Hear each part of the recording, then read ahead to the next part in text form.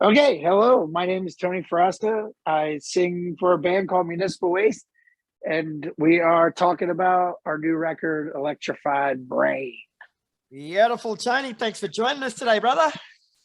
What up? Thanks for having me. Oh, fuck. Did I just drop my phone? No, you're welcome. That's right. I still got you. I've got to say before we get going, mate, I love the title of the album, Electrified Brain.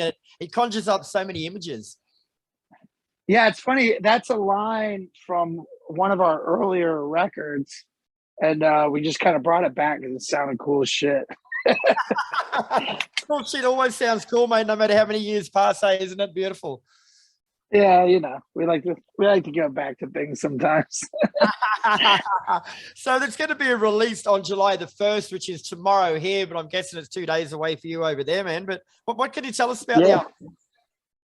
Yeah, it's exciting. I mean, it feels like, God, it feels like it's been like 3 years since we started working on this thing until now, where it's like finally coming out. So it's been a long road, and we worked really fucking hard on it. I could say that this is the hardest we've ever worked on a record, and seeing it actually come out, be able to hold the vinyl in my hands, and see, it's like seeing your child born or something, but probably not as cool as that. But I wouldn't know because I don't have kids. But we're real fucking excited. I mean, I'm literally like biting my nails, like waiting for Friday to come so I can fucking, get this thing out there. Oh yeah. And did you have any goals going into it, mate? We weren't like, no, not really. I mean, we didn't, we kind of just wanted to see where it was going to take us. Cause, I don't know. We never really do concept records, or this is going to be our slow album, or this is going to be our fast album. No, we just like to start writing shit and seeing what sticks, and seeing what we like. It did take a while to really get the ball rolling, especially with like, having everything shut down. And I ended up moving to Florida. So I moved away from my bandmates, and it's just was a lot of stuff that we're not used to happening in the process of writing a record. It worked out better though, because it actually gave us time to dig in and focus on the songs, rework shit, and just think more about the structures and just listen to the shit over and over again. I've heard this record more than any record I've ever listened to in my life, except for like Rain and Blood, of course. Of course, you got to throw that one on the table. Yeah. So your guitarist Ryan is quoted as saying, "We wanted to diversify some of the tempos and bring in some new dynamics we haven't ventured into before." So firstly, what does he actually mean by diversify the tempos? And secondly, what are those new dynamics? I think there's a lot of like a little bit more like heavy metal influence in there. I mean, once you hear the whole record, I think you'll be able to understand what he means by that. There's also like a few crazy tempo changes, slower breakdowns. But yeah, there's definitely like a stronger heavy metal influence on this record, which has been something that we've tinkered with for a while with our songwriting. But this one we really like dug in on some tracks, and I think they came out great. And I've always wanted to like kind of sing with that style of music, and I'm really happy with how it came out for sure. Yeah.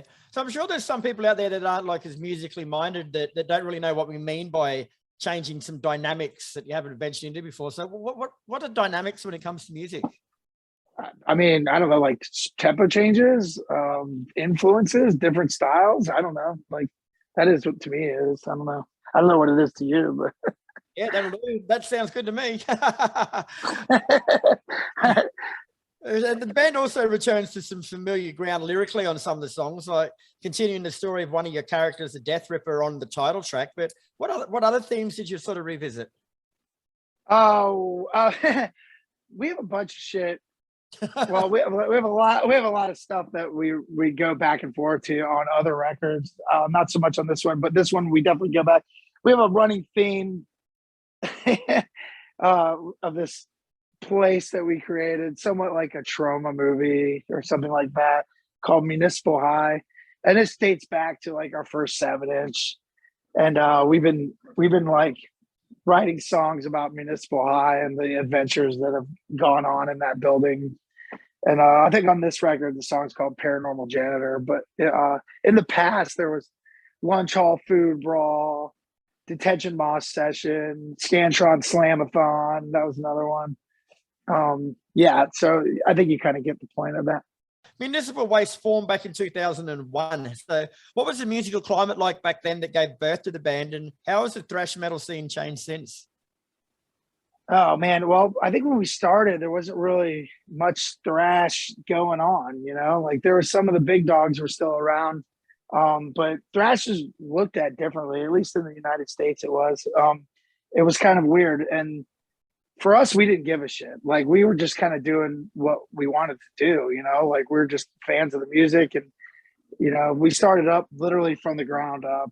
I mean, we pulled our drum set out of a fucking dumpster that we, like, and we were just playing fast fucking, thrash metal, punk metal kind of songs, and that's just the shit we were into. We didn't think that it would have like an impact on like music in general, but I think around like 5 years after that, and there's really seemed to be like an upswing in like younger people playing thrash music again. And I don't know if we were responsible for that. I'm honored to be a part of it, because I think it's kind of ridiculous that thrash metal gets frowned upon sometimes, especially how like influential it is with some of the best bands in the world.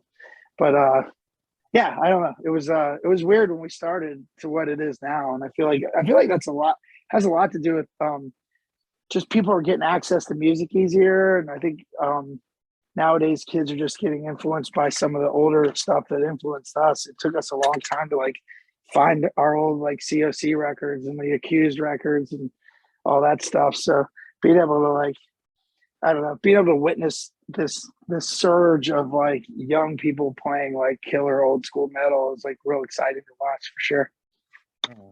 And since you started, mate, like the metal scene's seen a ridiculous amount of genres and subgenres introduced, but Municipal Waste has always remained true to your thrash roots. Like, have you ever been sort of tempted to experiment with some of those other genres, or you just love it doing the way you do?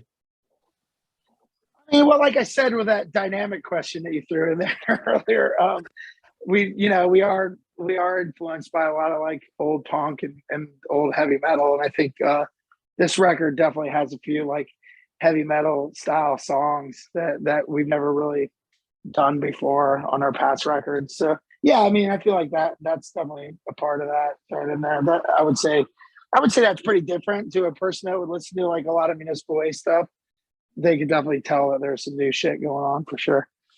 And have you ever heard of a band before, man, called Belushi Speedball? Oh yeah. You're actually the third person to ask me that today. I mean, yeah, I've interviewed them not long ago, and they got the song ripping off Municipal Waste. So, do you know the story behind that? Well, the guy that just did an interview with me told me it. So yeah, that's great. Yeah, it's actually like it's more of a homage to you guys and saying how they're never actually going to be as good as you. At the end of the day, it's. I was talking to Vinny, the singer from the band, last night, and I told him I was going to be speaking to you, and I'd ask him, and he said, "Well, just make sure he knows that we love the guys and there's nothing bad in it." Yeah, it's sweet. Yeah, it's funny because literally the interview, the guy tried to like play me the song in the interview, and I'm like, dude, I've heard this before. You don't have to play it for me. But yeah, no, that's nice. I mean, there's some other bands that have done that, or like actually have mentioned us in songs, which is funny. It's like that doesn't really happen with metal. I guess it happens with rap music before, but like I always think that's pretty crazy and flattering. And I hope, it sucks, when we started, people were always saying that, we were ripping off DRI or like ripping off Anthrax, and we're like, it's frustrating just because you like a style of music and you want to like play it, for some reason, if you're in a thrash band, you're doing that, and you're just kind of ripping somebody else off. But there's like a million other bands that sound like a million other bands, but thrash music kind of gets thrown into this like category of being unoriginal. It's weird, you know, and I feel bad for the younger dudes that are coming up that have to deal with that shit because we had to deal with the same thing. But yeah, it's cool. I think it's funny. Yeah, well, you're actually playing with him at full terror assault shortly, so you should learn a couple of lines and jump up and sing with him. He'll be stoked. Maybe we'll write a fucking song about them. That was funny when I interviewed them the first And time. then every time they do a fucking interview, somebody will ask them if they've heard the fucking song. It was funny, those guys, when I first interviewed them, like they were sitting there in America and they were in their swimming pool, fully dressed, drinking cocktails and playing with Scuba Steve dolls. They're a funny bunch of guys, man. You'll get on well with them. Are they from Australia or something? No, they're from America. They're from somewhere over in America. Oh, all right. Weird. Like every interview I do in Australia, they ask me about that band. Yeah, Nowhere right. else. Oh, well, that shows Weird. that they're doing all right over here. I guess so. Yeah. Fucking give it around. We'll finish this one, man. Like, this is a question I don't ask many people, but I reckon you're probably qualified to answer it, bro. But what would you consider to be the top 3 commandments of thrash metal? Oh God. I don't know. Thou shalt always tour. Thou shalt bring your own fucking equipment to a show. I don't know. Yeah. I don't know. What is the other one? Thou shalt not cover thy neighbor's bong. That's only your thrash metal. Every other form of metal, it's fine. Yeah. All Never right. know what we put in there, man. All right, man. Well, thanks for the chat today, mate. It's been entertaining, bro. You get back out there and finish your washing off, bro. And congrats on the album. She's a fucking another ripper from you guys. Yeah, man. Thank you so much for the support. We will be out there soon, man. I promise.